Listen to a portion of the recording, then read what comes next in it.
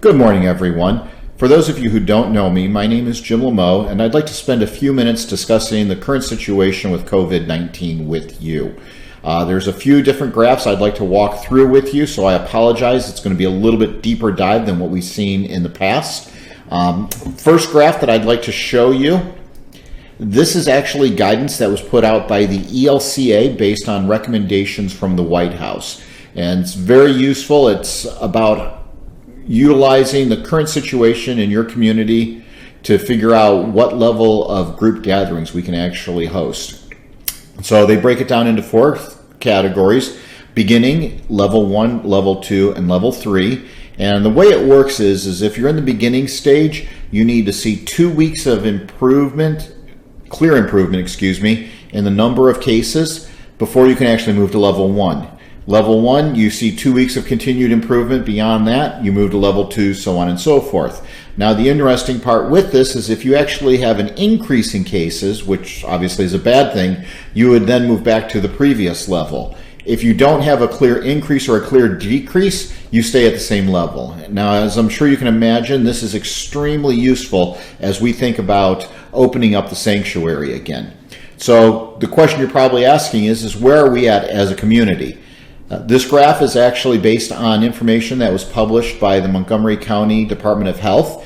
You can see there was actually a major correction in mid-July. It has to do with the way they were accounting for the data. Once they corrected for that, this is actually showing the daily counts. And you'll see that the increase is going down over the course of the last few weeks. Now, I mentioned the correction because it actually has importance on where we're at in regards to opening the sanctuary. Really what it boils down to is we don't have a lot of confidence from this period when they were actually doing the correction. But I can tell you, if you look at the count changes per week, and that's what this graph shows, and what this does is it takes the total number of cases new that were reported in a week and then compares those with the previous week. If this week is higher than last week, it'll actually show up as a red number, which is bad. If this week is lower than last week in the total number of new cases, it'll show up as a green, which is good.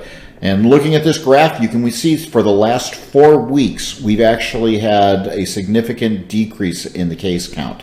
Now, I will say I'm not really confident in the first two numbers because of that correction factor I was showing you.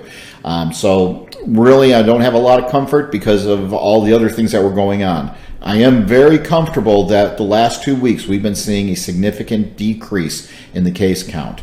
For that reason, I believe that we're at level 1 right now when we can actually start gathering in small groups of up to 10 people based on the information we're seeing here. And for that reason, we're actually going to be reconvening our coronavirus task force that's looking at reopening the sanctuary.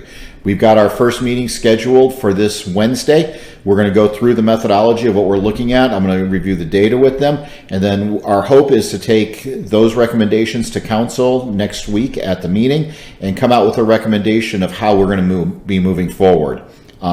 Nice part is that the levels that ELCA, based off the White House, has published directly tie to when we think we can get back in the sanctuary. Level 1 up to 10, given the number of people that actually are required for performing the video stream, really can't open the sanctuary, in my opinion, at that point. However, once you start getting into level 2 and level 3, I think that's when we can actually start considering opening up the sanctuary again. But obviously, that's just my opinion, and I want to actually discuss that with pastor, council, and everyone else. So we're not out of the forest yet, but like I said, there's lots of good news in this regard. One other thing I did want to share with you as well, and I think if you think about this in terms of a football game, we're in the third quarter right now. We're up by 2 touchdowns. Not the time to go into a prevent defense. Please keep maintaining those safety procedures that you've been doing. And like those, we're talking masks, social distancing, appropriate behaviors, so on and so forth.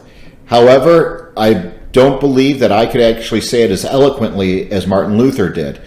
And I'll read actually from the quote here. "I shall ask God mercifully to protect us. Then I shall fumigate, help purify the air, administer medicine, and take it. I shall avoid places and persons where my presence is not needed in order not to become contaminated and thus perchance infect and pollute others. basically he's saying wear your mask and social distance. So with that, look forward to talking with you in the future. Please let me know if you have any questions or comments, and God bless and have a great week.